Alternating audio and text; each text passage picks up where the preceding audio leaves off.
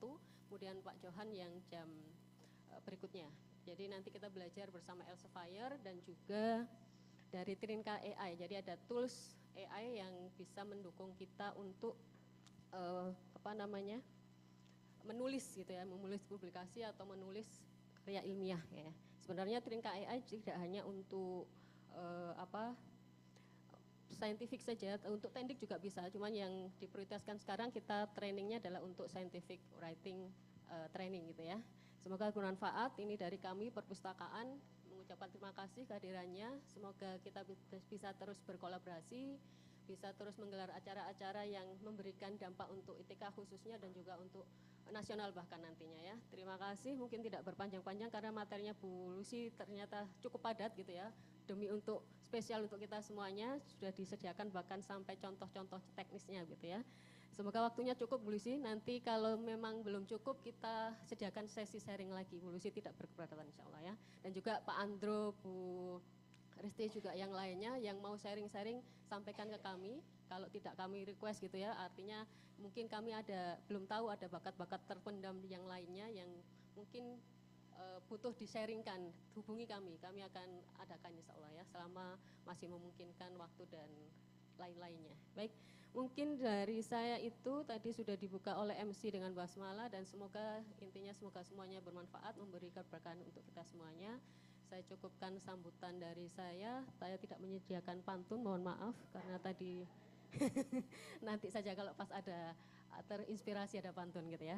Baik, terima kasih, saya kembalikan ke MC. Assalamualaikum warahmatullahi wabarakatuh. Baik, terima kasih kepada Ibu Winarni atas sambutan yang telah diberikan. Selanjutnya, kita akan masuki acara inti pada kegiatan hari ini, yaitu penyampaian materi sekaligus tanya jawab dan diskusi sesi pertama yang akan membahas step by step guide to publishing your research in reputable journals yang akan disampaikan oleh Ibu Dr. Engineering Lucy Ernawati MSc.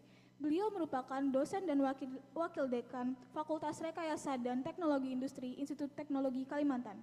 Maka dari itu kami undang kepada Ibu Lucy, dengan hormat kami persilakan. Tepuk tangannya.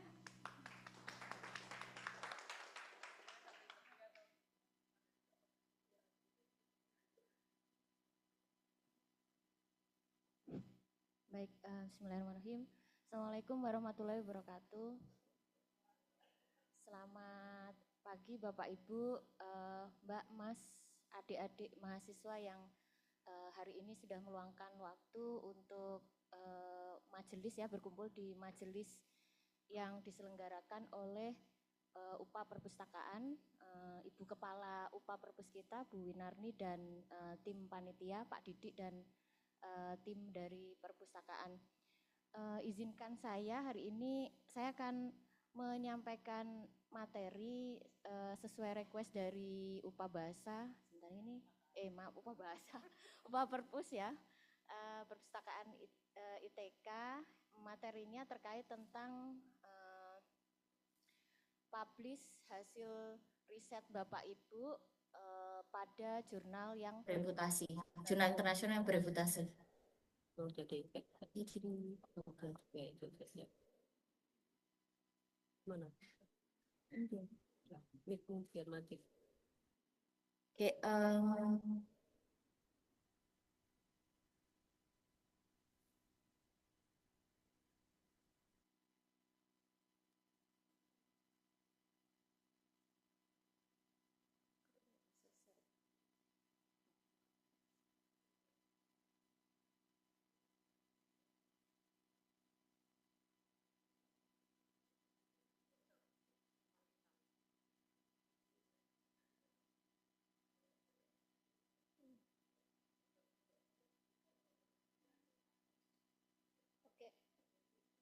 jadi judul materinya pagi ini tuh Step by Step Guide to Publishing Your Research in Reputable Journals.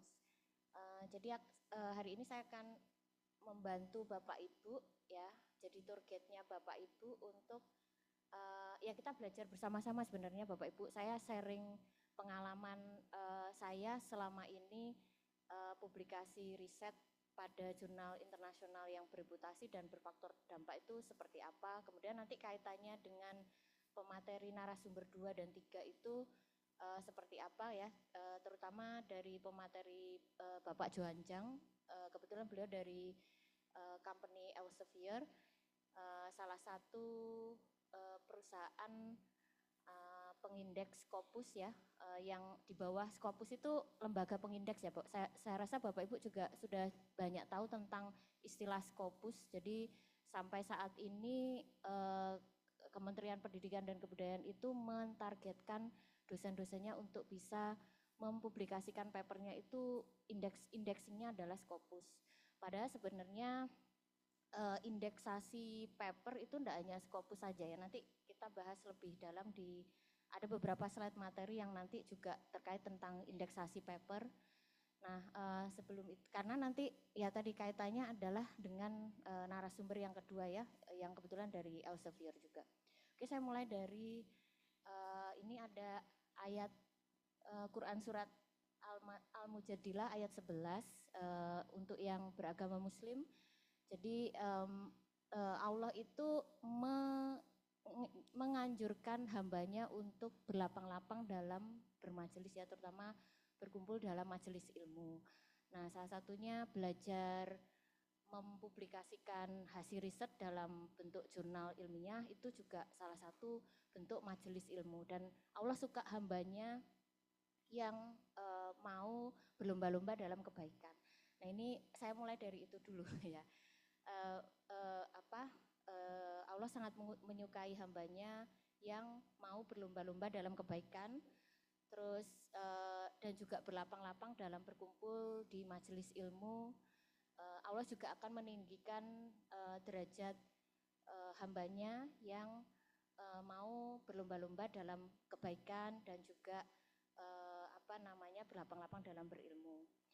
Nah, saya mulai dari slide yang selanjutnya, yaitu tentang kenapa sih kita perlu publikasi jurnal. Emang kalau kita punya hasil riset itu haruskah dipublikasi ke jurnal? Sebenarnya jawabannya ada dua opsi ya, tidak harus dan harus. Harus itu untuk yang memang kita Bapak Ibu dosen sebagai akademisi memang wajib hukumnya ya, atau wajib kalau bahasa Islamnya apa Ibu ya? Fardu ain. Fardu ain sama kayak sholat ya. Kenapa? Karena ini penting banget nantinya Bapak Ibu untuk kenaikan jabatan fungsional. Salah satunya adalah mensyaratkan paper ya, publikasi di jurnal internasional, jurnal nasional. Tergantung kenaikan jabatan fungsionalnya apa. Misalnya kalau asisten ahli ya kita butuhnya cuma jurnal nasional, lektor jurnal internasional ya, kalau bisa jurnal internasional Q1 sampai Q4. Kemudian makin jenjang jabung kita makin tinggi ya otomatis target publikasinya juga makin tinggi seperti itu. Jadi penting. Nah, di sini saya rangkum menjadi 3 ya. Apa yang seharusnya tidak boleh dipublikasi dan apa yang perlu dipublikasi, seharusnya dipublikasi. Nah, ini saya rangkum ya. Yang di poin kedua itu kita seharusnya mempublikasikan hasil riset kita. Untuk apa? Untuk mempublikasikan ya, mempublikasikan hasil riset kita yang terbaru itu apa? Karena namanya ilmu ya, namanya riset itu terus berkembang, tiap tahun itu terus berkembang. Jadi di sini perkembangan riset itu sangat diperlukan untuk para peneliti yang lain yang memang membutuhkan hasil riset kita untuk dikembangkan lebih lanjut seperti itu. Nah, ini mempublikasikan hasil riset kita dalam bentuk jurnal itu sangat perlu sekali. Terus selain itu apa yang seharusnya dipublikasikan ya? Yang kedua adalah to rationalize or refine or reinterpret published results. Jadi hasil-hasil publikasi itu sebenarnya bisa refine, direinterpretasikan. Ini maksudnya apa ya Bu? Nanti Bapak Ibu akan mengenal bahwa artikel itu tidak harus, publikasi artikel dalam bentuk jurnal itu tidak harus dari hasil riset. Tapi artikel itu bisa dalam bentuk review.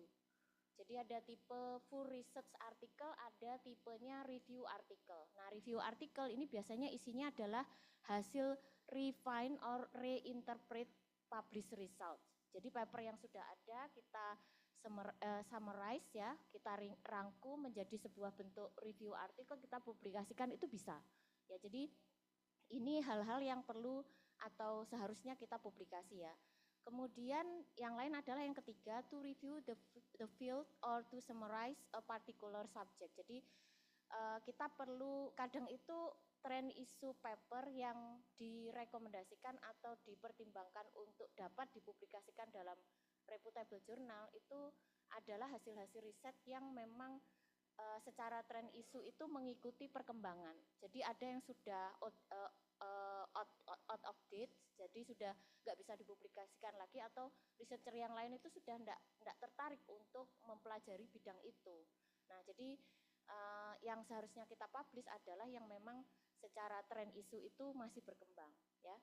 Kemudian bagaimana dengan yang tidak perlu dipublikasi atau tidak seharusnya dipublikasi, yaitu ada 4, ya ini saya rangkum ada 4, yaitu adalah informasi-informasi yang sekiranya tidak berhubungan dengan bidang saintifik, itu tidak perlu atau tidak seharusnya dipublikasi dalam bentuk jurnal. Jadi Bapak Ibu bisa mempublikasikannya kalau misalnya hasil risetnya nggak berkaitan dengan saintifik, terus publikasinya gimana Bu? Media publikasi kan banyak ya Bapak Ibu, yang nggak harus dalam bentuk jurnal nasional atau jurnal internasional, tapi bisa dipublikasikan dalam bentuk media massa misalnya atau media elektronik. Nah, itu Bapak Ibu yang nggak berkaitan dengan saintifik, Bapak Ibu bisa mempublikasikannya dalam bentuk media massa atau media elektronik. Kemudian hasil riset yang sudah out of date itu juga seharusnya memang tidak perlu dipublikasikan dalam bentuk jurnal. Kemudian duplication of previously published work. Nah, ini nggak boleh ya, karena nanti jatuhnya plagiarism. Ini nggak boleh menduplikasi hasil riset penelitian sebelumnya kemudian dipublikasi lagi, itu tidak boleh. Itu melanggar kode etik publikasi ilmiah. Nah, ini tidak seharusnya dipublikasi. Kemudian yang keempat itu adalah incorrect or not acceptable conclusion. Artinya apa Bu? Jadi kadang itu ada gimana ya? Ada paper yang sudah publikasi selama 5 tahun, tapi ternyata sementara publikasinya itu di jurnal yang cukup reputable. Kalau reputable berarti ya dia high citation, kemudian high impact dan readable. Ya, readable yang maksud saya adalah pembacanya itu banyak dan open access. Nah, kadang itu ada reader yang dia sangat kritis sekali gitu. Dengan hasil yang seperti ini kok kesimpulannya tidak sesuai, nggak relevan dengan yang dibahas di result discussion maupun di introduction gitu. Nah, itu biasanya nanti kita akan di email ya, di emailing atau dari reader atau dari reviewer atau dari researcher yang profesional yang mengkritisi hasil paper kita yang secara conclusion itu enggak acceptable. Itu ada kalanya seperti itu. Jadi memang seharusnya kita mempublikasikan jurnal itu data yang memang benar-benar valid, yang visible, yang bisa dibuktikan baik dalam teoritis maupun empiris seperti itu. Nah, ini kehati-hatian yang perlu Bapak Ibu perhatikan dalam mempublikasikan hasil riset dalam bentuk jurnal ya. Kemudian selanjutnya adalah, nah ini adalah orang-orang yang terlibat dalam publikasi hasil riset kita. Jadi misalnya untuk mahasiswa yang nanti S1 dan prodinya mengharuskan hasil riset itu bisa dijurnalkan. Nah, siapa saja yang seharusnya terlibat dalam publikasinya adik-adik nanti gitu ya. Mungkin nanti ada yang lanjut jenjang S2 atau mungkin jenjang S3 gitu ya. Nah, ini saya kasih gambaran sebenarnya publikasi paper itu bisa dihasilkan apakah hanya perseorangan saja yang bisa gitu ya. Hanya single factor saja yang bisa mempublikasikan paper, tidak ya Bapak Ibu ya. Jadi di balik layar paper itu bisa publikasi, itu ada peran-peran penting dari orang-orang yang terlibat dalam penulisan paper dan dalam penelitian. Nah, ini saya buatkan skematiknya. ini yang atas ini adalah supervisor ya, pembimbing kita. Nah, pembimbing ini perannya sebagai apa, Ibu? Peran pembimbing atau supervisor itu sebagai konseptor atau inisiator ya. Sementara dan juga sebagai principal investigator ya as well. Jadi mahasiswanya, penelitinya itu sebagai eksekusi yang mengeksekusi di lapangan. Jadi kita biasanya tiap minggu atau tiap bulan itu kita konsultasi ke supervisor kita untuk memastikan, untuk menetapkan riset kita itu mau seperti apa, terus keterbaruannya apa, novelty-nya apa, ide apa yang bisa kita munculkan untuk nanti hasil riset itu bisa dipaperkan, itu konsultasinya dengan supervisor. Sementara kita, peneliti itu sebagai eksekutornya di lapangan. Nah, di sini peran orang-orang yang terlibat di dalam penulisan paper adalah peran utamanya dipegang oleh supervisor dan peneliti sebagai eksekutornya ya. Kemudian sebenarnya yang Bapak Ibu nanti perlu tahu, mungkin yang belum lanjut S3 ya dan akan melanjutkan studi S3, sebenarnya supervisor kita itu di balik layar kita itu juga yang kita nggak tahu, itu juga membantu mendeliver paper kita supaya bisa dipublikasikan di target jurnal yang bagus, yang relevan dengan riset kita dan sesuai dengan kualifikasi kita sebagai seorang calon atau kandidat PhD nantinya. Nah, di balik layar peran beliau itu apa? Menghubungi editor salah satunya atau networkingnya beliau dengan salah satu editor jurnal yang bereputasi itu perannya cukup penting begitu. Jadi membantu kita di balik layar untuk bisa mempublikasikan paper kita itu adalah peran supervisor kita gitu ya. Kemudian selain itu misalnya supervisor kita punya hibah atau project ya beliau juga bertanggung jawab dibantu oleh tim administrasinya untuk SPJ-an dan LPJ-an. Ini saya rasa Bapak Ibu dosen juga sudah banyak tahu begitu ya, tapi adik-adik mahasiswa yang nantinya studi lanjut perlu tahu gitu ya. Jadi kita nggak berjuang sendiri untuk mempublikasikan hasil riset sampai bisa terpublikasi, itu kita nggak berjuang sendiri. Ada orang-orang yang punya peran juga dalam menuliskan paper. Makanya di dalam paper kita itu yang nuliskan nggak cuma satu orang aja, tapi banyak orang begitu ya. Co-autornya banyak, corresponding autornya juga ada, first autornya juga ada. Nah itu masing-masing punya credit for authorship ya namanya. Jadi punya peran sendiri-sendiri dalam menuliskan sebuah paper sehingga bisa dapat dipublikasikan. Nah dari sini ya tentu saja nanti fungsinya apa sih publikasi ya, kalau nanti untuk kandidat calon PhD yang akan belajar S3 ya tentunya dijadikan syarat lulus ya. Untuk syarat lulus itu perlu mempublikasikan jurnal internasional. Kemudian untuk yang mungkin tidak terlibat dalam akademisi mungkin nanti bisa membantu sebagai upgrade skill ya, writing skill terutama untuk bisa naik jenjang karir ya. Jadi untuk menambah portofolio. Jadi publikasi ini secara garis besar sebenarnya nggak cuma untuk upgrade skill writing saja, tetapi juga bisa menambah portofolio kita dan juga track record kita bahwasanya kita pernah mempublikasikan jurnal di jurnal yang bereputasi. Oke, selanjutnya tentang jurnal internasional. Nah, mungkin Bapak Ibu yang sudah pernah otak-atik Sister ITK sudah cukup banyak tahu bahwasanya publikasi artikel itu klasifikasinya banyak ya. Ada di situ ada dibuat kategorinya itu jurnal internasional bereputasi, jurnal internasional bereputasi dan berfaktor dampak, jurnal internasional yang terdatabase internasional, jurnal proceeding internasional yang terindeks Scopus, yang macam-macam ya. Nah di sini ada tools yang Bapak Ibu bisa gunakan. Saya rasa ini juga sangat umum sekali, Bapak Ibu banyak tahu ya. Karena ya tadi saya di awal yang saya sampaikan tadi sampai saat ini Dikti masih menggunakan database Scopus atau indexing paper kita itu berbasis Scopus gitu. Nah, untuk tahu jurnal internasional kita itu high impact, high rank, reputable itu seperti apa sih mengeceknya seperti apa sih? Nah, Bapak Ibu bisa menggunakan website ini ya, www ya, simagogr.com. Ini bisa menggunakan ini untuk ngecek dan memvalidasi apakah jurnal yang nanti Bapak Ibu pakai untuk submit itu bukan predator ya, bukan jurnal predator. Nah, untuk Scopus sendiri ini adalah lembaga pengindeks ya Bapak Ibu ya. Jadi ini tuh kumpulan database citasi sekaligus paper yang ada di bawah naungan perusahaan Elsevier yang saat ini bernaung di Belanda ya, di Amsterdam di Belanda, dan sudah banyak menciptakan ya jurnal lebih dari 20.000 ya, dan juga buku ya, selain jurnal itu juga buku seperti book chapter ya, sama kayak Springer.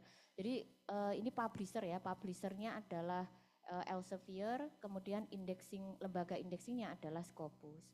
Nah, selain indeksasi paper itu sebenarnya enggak cuma Scopus aja, ada Thomson Reuters ya. Ini adalah yang lain selain Scopus itu ada lembaga pengindeks paper, namanya adalah Thomson Reuters. Nah, Bapak Ibu kalau mau melihat bedanya Scopus dan Thomson Reuters itu bisa menelusuri ya, menjelajah website ini, alamat website ini. Untuk Scopus itu bisa langsung ke simagogr.com, kalau Thomson Reuters itu bisa ke websitenya ini ya, ipscience-thomsonreuters.com. Nah, ini untuk Bapak Ibu tahu indeksasinya itu, papernya itu predator atau bukan, dan dia high ring atau high impact jurnal atau bukan, gitu ya. Nah, ini saya contohkan. Jadi jurnal reputable itu yang seperti apa sih Bu, gitu ya. Jurnal reputable itu ya berarti jurnal yang bereputasi. Yang namanya bereputasi berarti jurnalnya dia kualitasnya sudah nggak perlu dipertanyakan lagi. Nah, selain itu biasanya hak aksesnya ya ada yang open access, ada yang enggak ya. Kalau open access berarti pembaca atau reader itu akan mudah sekali untuk mengakses, sehingga potensi paper kita bisa disitasi itu juga tinggi gitu. Nah, reputable journal selain high impact ya, itu juga high impact itu maksudnya saya dari tadi ngomong high impact itu apa sih? Berfaktor dampak, jadi punya nilai IF gitu ya. Nah, ini dirangkum di tabel ini, contoh misalkan jadi ada paper yang impact faktornya itu ada yang lebih dari 30. Jadi ini yang impact factor itu berarti berfaktor dampak. Nah, fungsi faktor dampak ini ya nanti potensi Bapak Ibu, papernya Bapak Ibu bisa disitasi itu juga tinggi, seperti itu ya. Nah, ini contohnya misalnya jurnal Science Journal itu impact faktornya mencapai 34,6 gitu ya. Terus kemudian Material Science and Engineering Report itu impact faktornya di rentang 20 dan 30. Jadi ini impact faktor itu diklasifikasikan IF yang sangat tinggi, kemudian tinggi, menengah, dan rendah. Nah, nanti kaitannya apa Bu dengan, kan kalau sekarang kan Bapak Ibu lebih concernnya kan ke jurnal, reputable jurnal, dia indeks kuartilnya Q1, Q2, Q3, Q4 gitu ya. Tapi tidak memperhatikan impact factor dan SGR-nya itu berapa gitu. Jarang, bukan tidak ya. Jarang memperhatikan nilai IF, tapi lebih concernnya itu ke indeks kuartilnya Q1 atau Q4. Nah, sebenarnya dua-duanya ini saling berkaitan Bapak Ibu. Kalau IF-nya tinggi itu biasanya indeks kuartilnya itu Q1. Jadi di rentang 10 sampai 30, impact faktornya di rentang 10 sampai 30 itu biasanya dia indeks kuartilnya Q1. Tapi di bawah itu Q2, Q3 itu menengah. Q4 itu yang paling rendah, terendah ya, indeks kuartilnya yang terendah. Nah, biasanya IF-nya di rentang 0 sampai 1 gitu. Nah, namun nanti Bapak Ibu juga akan menemui impact factor yang sekiranya dia moderat atau sedang ya, di rentang 5 sampai 10 atau 1 sampai 5, tapi ternyata dia enggak masuk klasifikasi Q1. Nah, kenapa? Karena itu ada kaitannya dengan indeks citasi dari jurnalnya. Jadi ada perhitungannya tersendiri Bapak Ibu yang cukup kompleks, tapi enggak saya bahas di materi ini ya. Kita nanti enggak sampai ke poinnya kalau saya bahas. Ini cukup banyak soalnya. Nah, ini tadi yang di awal saya sampaikan sebenarnya Scopus itu apa sih dan indeksasinya seperti apa. Tadi sudah saya sampaikan ya, Scopus ini sebenarnya seperti database paper ya, yang dia digunakan untuk indexing paper gitu ya. Nah, Scopus sendiri ini di bawah naungan company namanya Elsevier yang saat ini bernaung di Amsterdam dan punya lebih dari 20.000 peer review jurnal. Jadi jurnalnya tuh hampir 22.000 jurnal yang dimiliki oleh Scopus dengan berbagai bidang ilmu multidisiplin, nggak cuma engineering saja, sosial juga, sosial dan humaniora itu juga ada di Scopus. Jadi Bapak Ibu harus terbuka wawasannya, jangan sampai taunya Scopus itu ya cuman untuk engineering and science, tapi untuk sosial humaniora nggak ada ya Bapak Ibu. Untuk sospol pun juga ada, sosial politik itu juga ada paper yang dia indexingnya adalah Scopus. Terus selain itu Scopus tuh nggak cuma paper atau jurnal aja, tetapi juga proceeding. Jadi selain database jurnal dan paper, tetapi Scopus juga punya lebih dari 6.000 proceeding ya, yang di bawah indexingnya adalah Scopus. Terus juga ada buku ya, dalam bentuk buku chapter itu lebih dari 40.000. Jadi Bapak Ibu nanti kalau lebih menelisik atau menjelajah lebih dalam lagi tentang Scopus, bisa langsung ke websitenya Science Direct ya.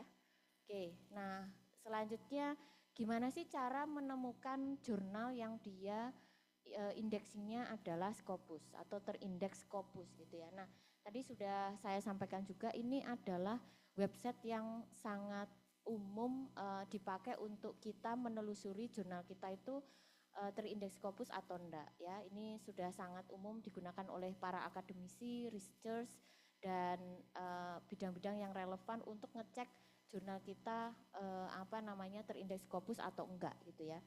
Nah selama ini Bapak Ibu tahu enggak Bapak Ibu tahu enggak bahwa ada jurnal yang publishernya itu kampus di Indonesia tapi jurnalnya itu sudah terindeks Scopus, itu tahu ya, informasinya tahu ya. Nah untuk ngeceknya pun Bapak Ibu bisa menggunakan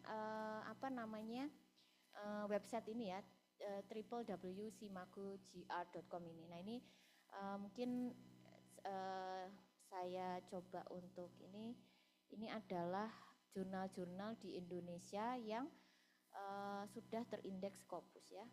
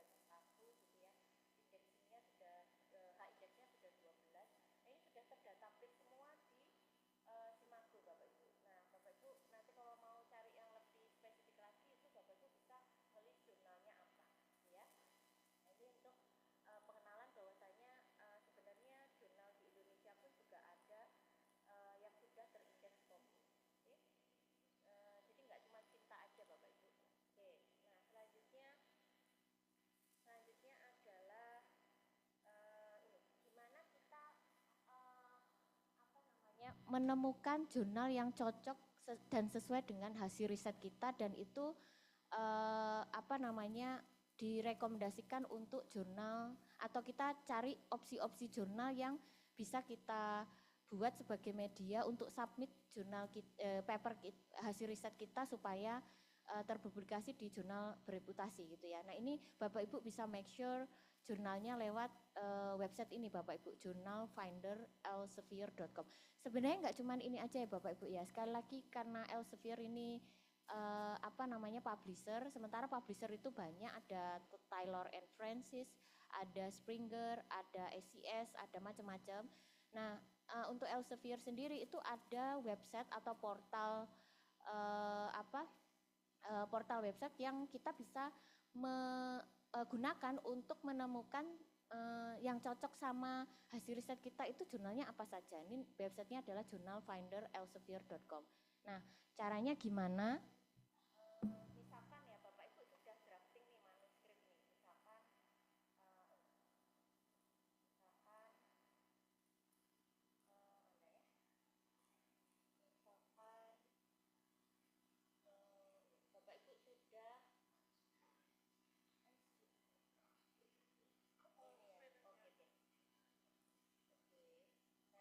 misalkan Bapak Ibu punya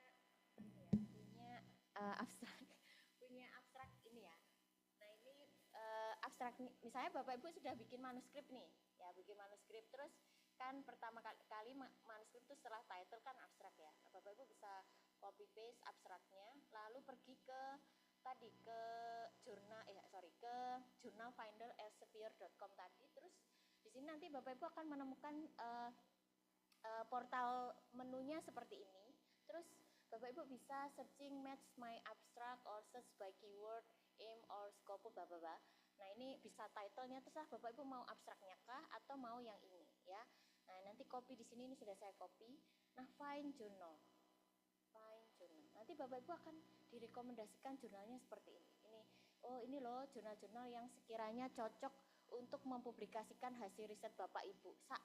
Sejelas-jelasnya di sini ya, impact faktornya, side score-nya, itu apa ya Mas? Semuanya ya. Nah, ini Bapak Ibu akan diberikan rekomendasi jurnal. Ini jurnal reactive and functional polymer bla bla. Di sini sangat lengkap sekali Bapak Ibu. Elsevier se-intelligent seperti ini ya, secerdas ini toolsnya itu ya. Nah, ini Bapak Ibu nanti bisa pilah-pilah kalau ada budget ya, pilih yang open access dengan menyesuaikan APC ya. APC ini artikel publishing charge ya, jadi biaya pemrosesan artikelnya Bapak Ibu itu segini gitu. Tapi ada juga yang no publishing charge ya, jadi nanti tapi dengan biasanya mensyaratkan harus subscription ya, jadi harus ada lisensi di library-nya. Kemudian ada juga yang tidak free ya, enggak ada APC, itu juga ada gitu ya. Nah, di sini caranya seperti itu Bapak Ibu. Bapak Ibu bisa merujuk ke jurnal dengan menggunakan tools tadi ya. Salah satunya, nanti banyak beberapanya itu banyak Bapak Ibu. Terus kemudian selanjutnya adalah, tadi yang saya sampaikan ya, reputable journal itu ada kaitannya dengan indeks kuartil. Jadi selain impact factor, itu ada indeks kuartil. Nah, indeks kuartil ini tadi saya diklasifikasikan Q1 sampai Q4. Nah, kalau mau melihat warnanya SGR-nya dia itu masuk Q1, Q2 atau enggak di simagogr.com, itu Bapak Ibu bisa melihat dari warnanya ya. Makin red flag ya, itu berarti Q4. Dia kuartil terendah. Kemudian yang kuartil tertinggi itu yang warna hijau, Q1. Nah, ini fungsinya buat apa? Ini untuk mengklasifikasikan jurnal ilmiah berdasarkan kualitasnya. Kualitas, dampak ya. Jadi quality ya kaitannya dengan reputable ya. Pengaruh itu berkaitan dengan impact factor, dampaknya. Kemudian prestisnya di bidang ilmu dan juga citasi indeksnya, site score-nya atau citation indeksnya gitu ya.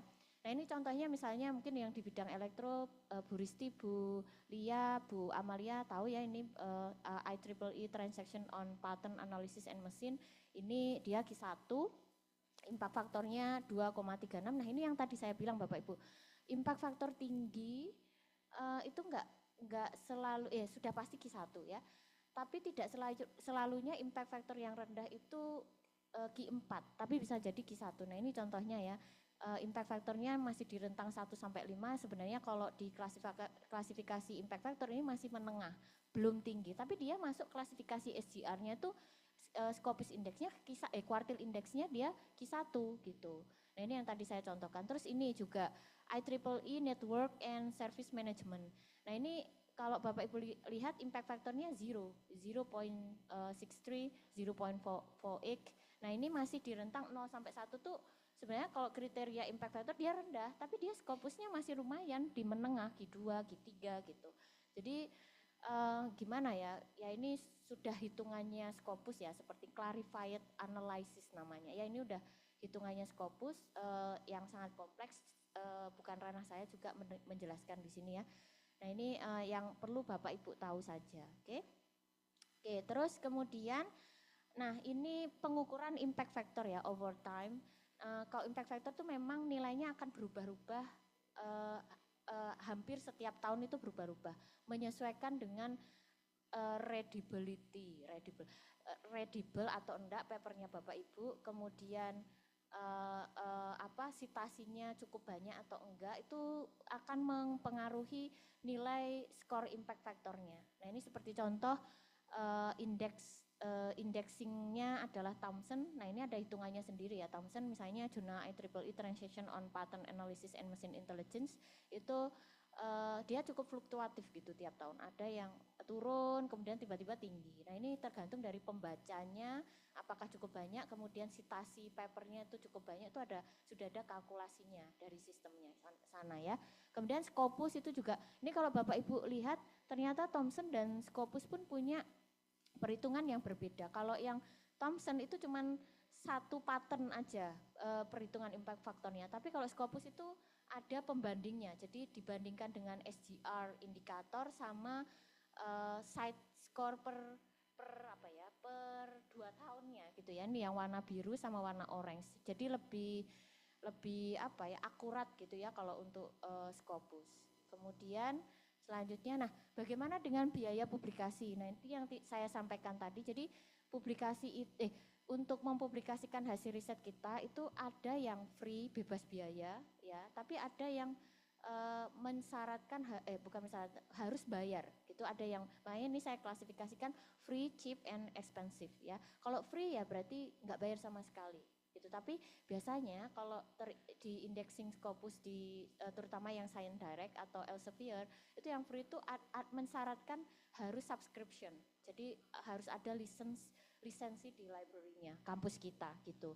Nah kalau chip ini ya, saya misalkan contohnya ini yang dari mungkin bidangnya ilmu komputer, elektro mungkin sistem informasi, itu ada EPC charge-nya ya, biaya publikasinya itu macam-macam.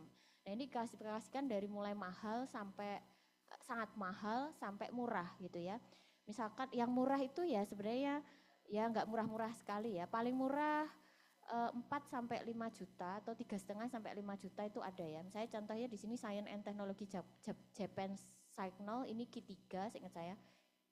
Sekarang Q2 itu biaya publikasinya mencapai 40.000 Japan yen atau sekitar 5 juta ya, 4,5 atau 5 juta rupiah. Nah ini ya tergolong murah sih ya kalau klasifikasinya antara free, cheap, and expensive. Yang expensive yang ini, Acoustical Society of American Computing. Nah ini mencapai 870 US dollar, ini cukup mahal ya Bapak Ibu. Nah ini punya, masing-masing jurnal punya biaya charge, akan mengenai charge cost-nya itu sendiri-sendiri, beda-beda gitu ya, tergantung jurnalnya apa gitu. Kemudian, nah berapa lama sih sebenarnya proses dari submit sampai review sampai accepted atau reject? Nah ini ring bulannya Bapak Ibu. Jadi ada yang prosesnya cepat 1 sampai 3 bulan, 3 bulan setelah submit itu bisa publikasi, tapi ada yang 6 bulan, 9 bulan, bahkan ada yang sampai 2 tahun Bapak Ibu. Nah ini contoh di submitnya tahun 2010 tapi baru publikasinya baru dapat bisa dipublikasikan 2012. Jadi harus menunggu 2 tahun lamanya. Nah gimana caranya melihat proses reviewnya itu makan waktu berapa lama dan singkat atau lama gitu ya. Bapak Ibu bisa berselancar di websitenya Science Direct. Misalkan contohnya ini ada jurnal namanya Journal of Colloid and Interface Science. Nah Bapak Ibu bisa pergi ke profil jurnalnya, lalu berselancar dan nanti Bapak Ibu bisa membaca ya about the journal. Nah ini skopnya apa saja, ini nanti skopnya sesuai enggak ya sama hasil riset kita. Ini ada skop-skopnya nih, kalau Journal of Colloid and Interface Science itu skopnya ini gitu ya. Terus kemudian berapa lama proses reviewnya. Nah ini sudah ada nih rentang waktunya. Jadi 3 days submission for submissions to decision itu butuh waktu 3 hari. Kemudian menunggu dari editor, biasanya urutannya itu habis submit, terus nanti editor itu filter dulu Bapak Ibu. Filternya kalau bisa jadi dari editor langsung reject itu juga ada. Jadi nggak sampai ke reviewer sudah reject dulu ke editor, itu ada juga kasusnya seperti itu.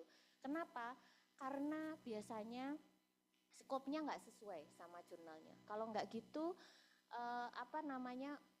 template-nya jurnal Bapak Ibu itu nggak sesuai dengan guideline author for submission. Jadi nggak menyesuaikan dengan template jurnalnya, ngasal submit gitu aja. Jadi di editor belum di-assign to reviewer, itu sudah di-reject dulu karena ini kok nggak niat sekali gitu. Penulisnya kok nggak niat sekali, ngasal submit. Nah, template jurnal itu penting Bapak Ibu. Paling tidak untuk filtrasi pertama di proses editornya ya, assign to editornya. Nah, nanti setelah 3 hari submission itu nunggu 22 hari. Ya, ini untuk di-review, kemudian nanti dari reviewernya dapat komen, dapat suggestion gitu, terus dikirim balik feedbacknya oleh editor ke kita lewat email biasanya ya. Terus atau Bapak Ibu bisa ngecek langsung ke OJS-nya, langsung ke sistem OJS-nya ya, Open Journal System-nya langsung. Terus nanti setelah 72 hari itu sekitar berapa bulan? 3 bulan ya. Nah, 3 bulan itu baru dapat final decision dari editornya, accept ya. Nah, nanti setelah publikasi itu nggak lama Bapak Ibu, paling nggak setelah proofread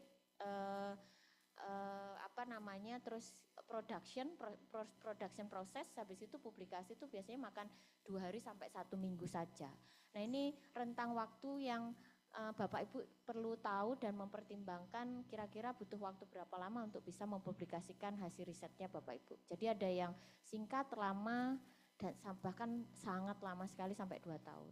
Nah ini yang tadi teknisnya ya. Dari awal author itu flowchartnya seperti ini Bapak Ibu, bikin drafting manuskrip dulu, habis itu submit papernya, terus habis dari submit nanti Bapak Ibu selain manuskrip itu ada kondimen ya, atau kondimen yang lain yang perlu Bapak Ibu lengkapi seperti cover letter, kemudian ngelist suggested reviewersnya itu siapa aja di list. Terus selain itu aja, biasanya 3 itu aja ya, cover letter, main manuskrip, graphical abstract biasanya juga diminta untuk pisah dari manuskripnya. Kemudian kondimen yang lain adalah list reviewer yang Bapak Ibu sarankan. Nah ini nanti flowchartnya di sini Bapak Ibu, setelah submit, terus meet basic requirement dari editornya. Kalau oke, basic requirementnya apa? Ya manuskripnya sesuai dengan scope jurnalnya, terus habis itu template-nya sudah sesuai dengan jurnalnya, habis itu baru di-assign to reviewer. Nah, kalau sudah dari reviewer nanti dievaluasi Bapak Ibu. Kalau sudah dievaluasi nanti reviewer akan memberikan komen, rekomendasi, saran dan lain sebagainya. Ini nanti setelah itu nanti kita dapat, terus keputusannya accept or rejected itu akan dipertimbangkan dari reviewernya itu nggak cuma 1 ya Bapak Ibu. Biasanya kita kalau reputable journal itu bisa sampai 7 reviewernya, 6, 7 atau 5 ya, minimal 5 reviewer gitu untuk bisa publish di reputable journal. Jadi nggak cuma 1 reviewer aja yang komen dan menilai paper kita, itu bisa sampai 5 reviewer gitu ya. Nah setelah itu nanti reviewer akan memutuskan paper ini accept or reject gitu ya. Nanti kalau accepted, nah biasanya accepted itu nggak langsung accepted juga. Jadi ada revisi, ada feedback revisi. Nah revisi ini bisa minor revision, bisa major revision gitu ya. Nanti setelah revisi terus dikembalikan ke author, kemudian author akan mensubmit ulang kembali, terus mengulang lagi flowchartnya seperti ini gitu ya. Tapi kalau reject ya udah selesai sampai di sini, tamat riwayatnya, oke? Sampai di sini gitu ya, ganti pindah ke jurnal yang lain gitu ya. Nah ini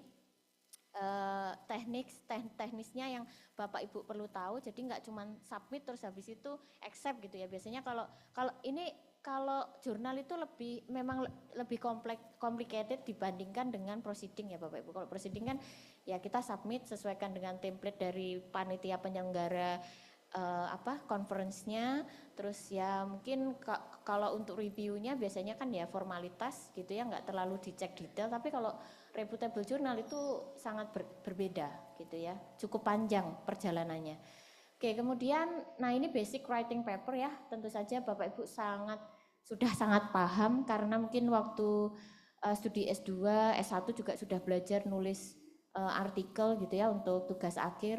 Nah ini writing paper ya mulai dari title, kemudian affiliation, abstract, introduction, theoretical background, proposed method, kemudian result ya, kemudian acknowledgement, conclusion sama reference. Nah ini sangat basic sekali, kita umumnya bagian ini yang masuk di dalam draft manuskrip. Oke, yang pertama saya bahas tentang title and affiliation. Nah ini contoh-contoh beberapa paper saya yang sudah publish di Elsevier ya, baik sebagai first author maupun co-author. Sebenarnya untuk title itu ya menyesuaikan dengan keterbaruannya atau novelty-nya riset Bapak Ibu itu apa, kemudian hasil yang diperoleh itu apa. Nah biasanya kita punya abstrak dan punya conclusion ya di dalam main manuskrip ya. Abstrak itu kan mencakup semua mulai dari latar belakang secara singkat, terus teknologi apa atau proses apa atau metode apa yang baru kita jelaskan di situ, hasilnya juga secara singkat seperti apa, lalu kesimpulan kan semuanya ada di abstraknya. Nah dari situ Bapak Ibu bisa memunculkan title yang sekiranya eye catching gitu ya. Eye catching tuh ya yang menarik.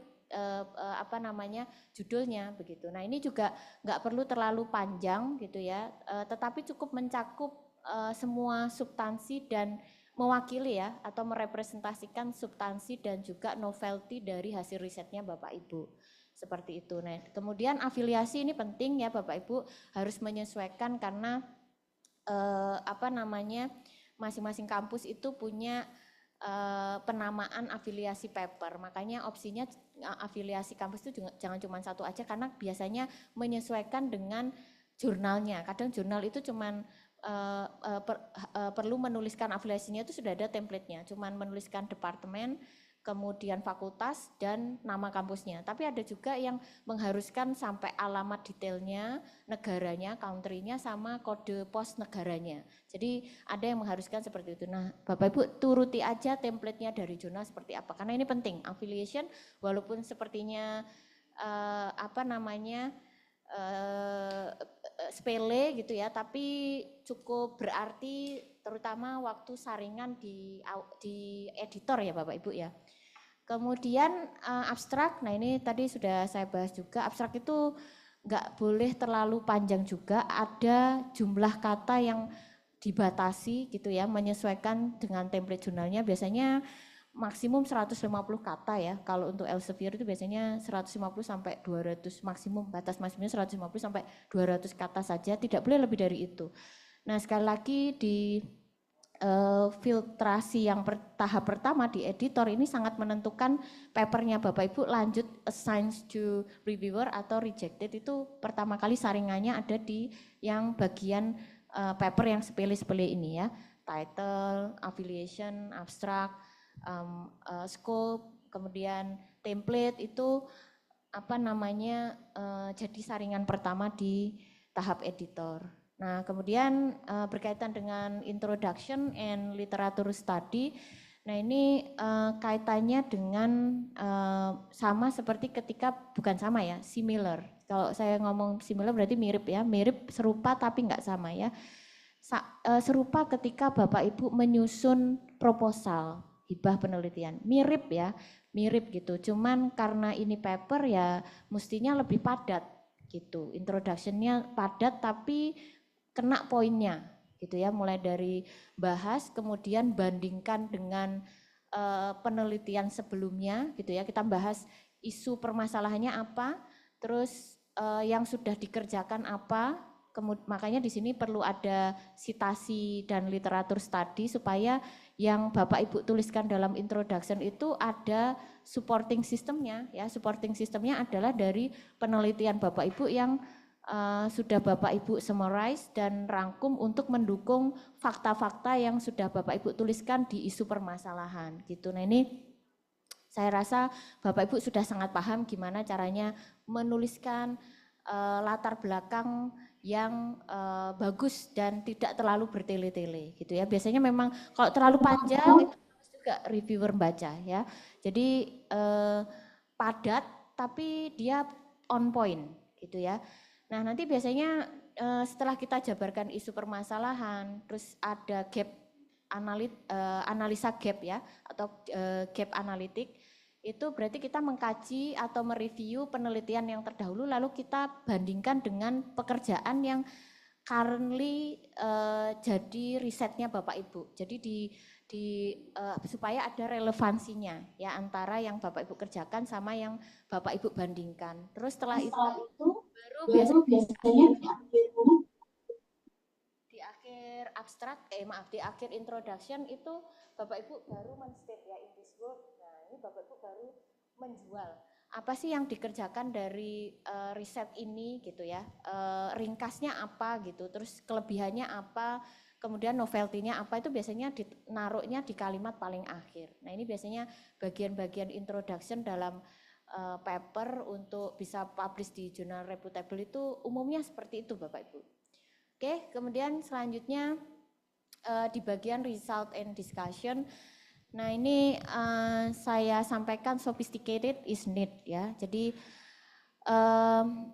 sekali lagi result and discussion itu menjadi bagian pokok ya, yang paling utama dalam papernya Bapak Ibu ya. Kenapa? Karena mewakili atau merepresentasikan sebenarnya hasil risetnya ini seperti apa dan hasilnya cukup bagus apa enggak gitu ya. Makanya diistilahkan sophisticated ya.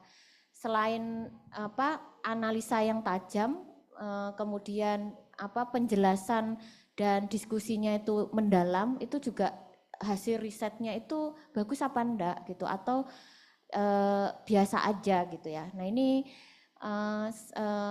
result and discussion perlu mempertimbangkan hal-hal ini gitu ya, akurasi, validasi, analisis dan komparasi itu semua harus ada dalam result and discussion. Jadi nggak cuman menuliskan hasil risetnya FTIR seperti ini, SRD seperti ini, SEM seperti ini, enggak ya Bapak Ibu, tapi harus dibahas lebih mendalam, bukan mendalam ya mendalam iya.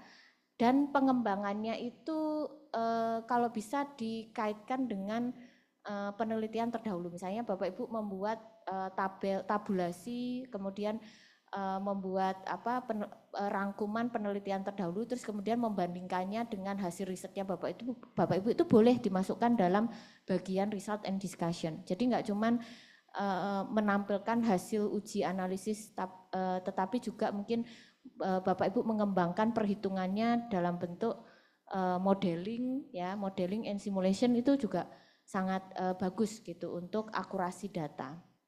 Oke, terus kemudian selain itu dalam result and discussion itu biasanya berisi tentang comparison with literature. Jadi nggak cuman bikin bikin statement terus dibikin kalimat bahwa hasilnya seperti ini gitu ya. Nah, nanti di kalimatnya pembahasannya Bapak Ibu perlu mengkomparasi dengan penelitian atau previous research yang sudah dipublikasikan gitu untuk validasi ya, untuk validasi statementnya Bapak Ibu. Nah, ini namanya comparison with literature. Nah, ini ada di bagian result and discussion. Terus kemudian di bagian writing paper itu ada yang nggak kalah penting juga, itu tentang acknowledgement.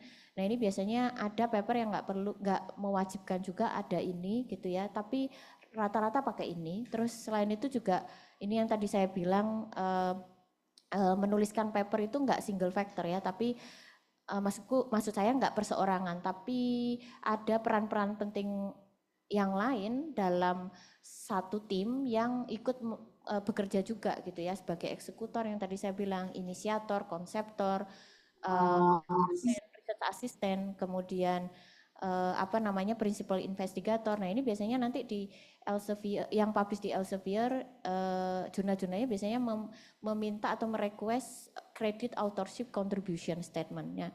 Jadi ini untuk menuliskan ini apa saja perannya dalam paper itu apa saja gitu ya.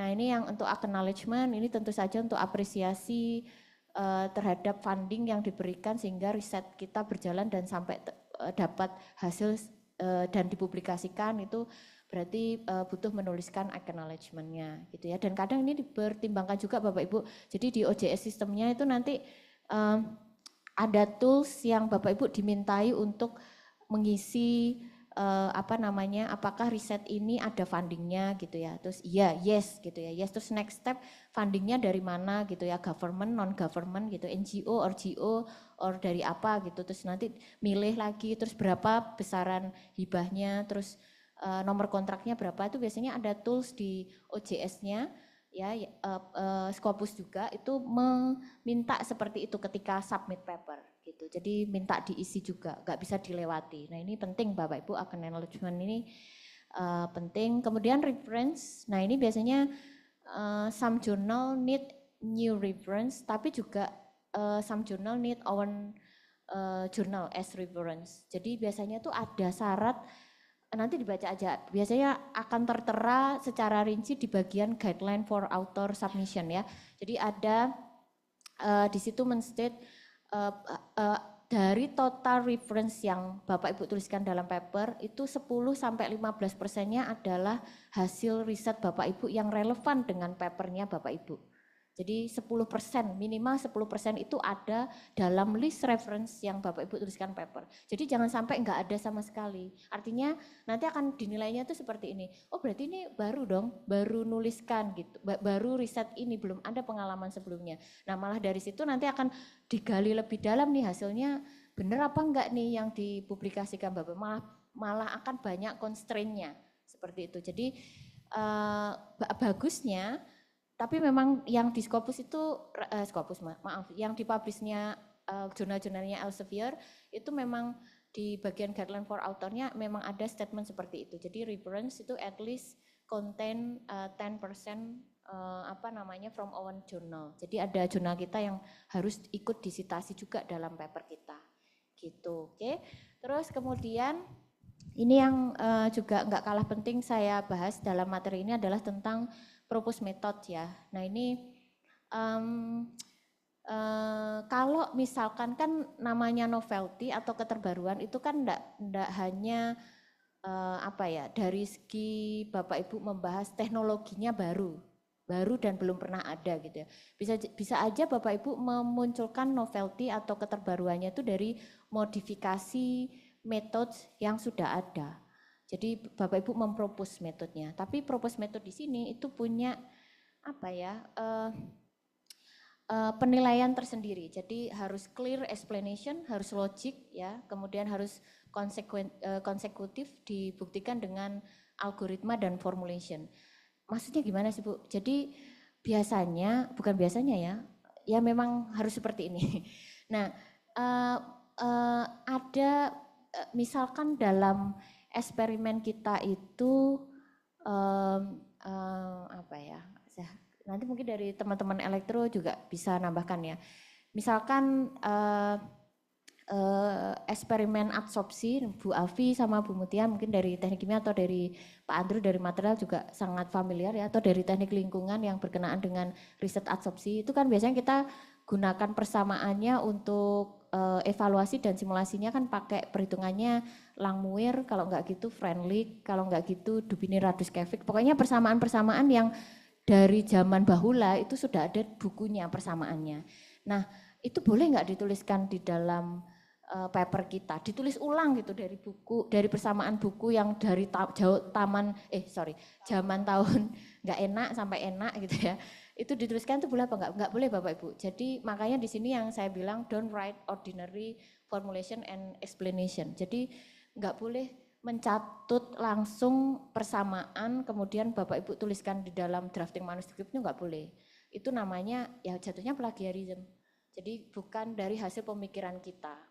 Nah terus gimana caranya? Padahal kita juga pakai itu Bu perhitungannya. Nah kita kan bisa memodifikasi formulanya asal tidak merubah konsepnya, konsep persamaan, perhitungan persamaannya. Gitu di sini dibilang new algorithm or formulation gitu ya. Bapak Ibu bisa memodifikasinya.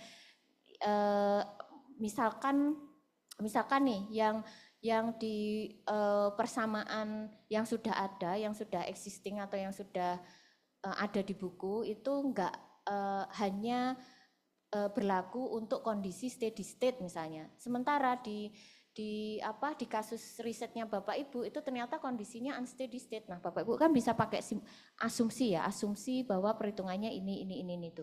Nah, sehingga otomatis persamaannya juga akan berubah, akan sedikit berubah, bukan berubah banget ya, sedikit akan berubah menyesuaikan dengan kondisi eksperimen atau risetnya Bapak Ibu. Nah, nanti Bapak Ibu akan bisa memunculkan formulasi baru. Mungkin saya contohkan langsung aja lah. Ini ya. Ini saya contohkan dari paper saya. Ini yang tadi saya sampaikan ya. Jadi di sini saya buat persamaan yang sebenarnya ini sudah banyak saya temui persamaan ini di buku-buku teknik reaksi kimia ya. Kalau di teknik kimia itu mata kuliahnya teknik reaksi kimia, di buku apalagi ya yang kaitannya dengan absorpsi kimia fisika ya, kimia fisika ini sudah ada juga gitu. Nah, di sini saya memodifikasi persamaannya jadi nggak sama plek dengan buku tadi yang saya pakai buat menghitung kalkulasi di Excel atau di MATLAB saya itu nggak sama gitu. Nah, ini boleh, asalkan pokoknya nggak boleh sama, nggak formulasi yang kita tuliskan itu nggak boleh sama gitu. Nah, nanti Bapak Ibu boleh buat keterangannya ini QT ini apa, QE ini apa gitu ya, menyesuaikan dengan risetnya Bapak Ibu. Ini namanya modifikasi ya, membuat atau meng-create memodifikasi formulasi dari persamaan yang baru. Oke, terus selanjutnya result. Nah, ini result ini sebenarnya menyesuaikan dengan kreativitas kita dalam menuliskan ya Bapak Ibu ya. Nggak harus dalam grafis, bentuknya grafis atau grafikal seperti ini, tapi tabel pun juga nggak masalah. Asalkan pembahasannya komprehensif gitu ya. Jadi datanya valid ya, selain valid bisa dikomparasi dan pembahasannya dia komprehensif gitu ya. Nah, biasanya di dalam result atau hasil dalam penulisan hasil itu ya tadi saya bilang ada assumption. Jadi ada asumsi sehingga persamaan atau modeling yang kita gunakan itu ya memang untuk batasan sistem atau masalahnya itu ya untuk riset kita gitu. Nah, ini nanti setelah itu ditunjang dengan tabel, dengan figur ya, kemudian baru penjelasan. Oke. Nah, ini yang tadi saya sampaikan juga tentang jurnal yang ditargetkan. Ini kalau bisa Bapak Ibu bikin mapping ya.